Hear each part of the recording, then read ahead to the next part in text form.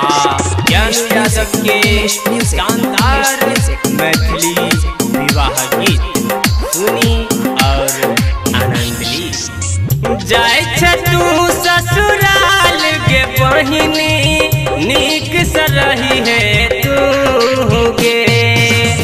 जाय तू ससुराल के बहिनी तो नीक से रही है तू गे।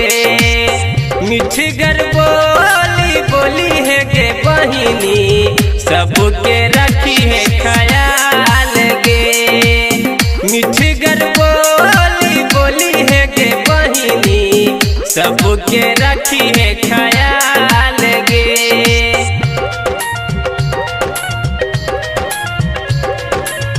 सबके रखी है ख्याल। नाम क्या है आपका? डीजे उमेश,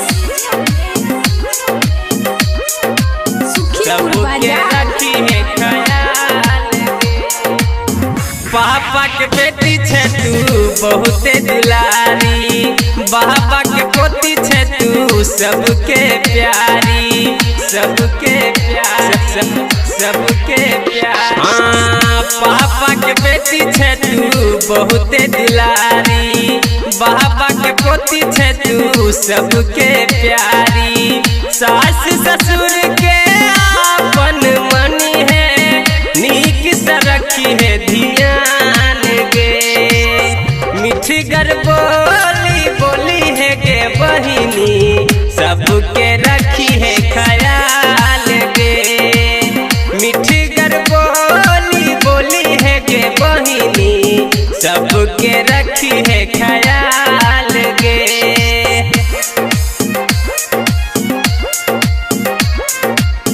सबके रखी है ख्याल गे। नाम क्या है आपका? डीजे सबके उमेश, रखी है ख्याल गे। सुखीपुर बाजार। लक्ष्मण समान तोहर छोटका देवर छो, राम नियन तोहर दुल्हा मिलाल छो, दुल्हा मिलाल छो, दुल्हा मिलाल छो। हाँ लक्ष्मण समान तोहर छोटका देवर छो, राम नियन तोहर दुल्हा मिलाल छो। सीता जेहन रही है गे बहिनी रखी है तू सबके लाज गे।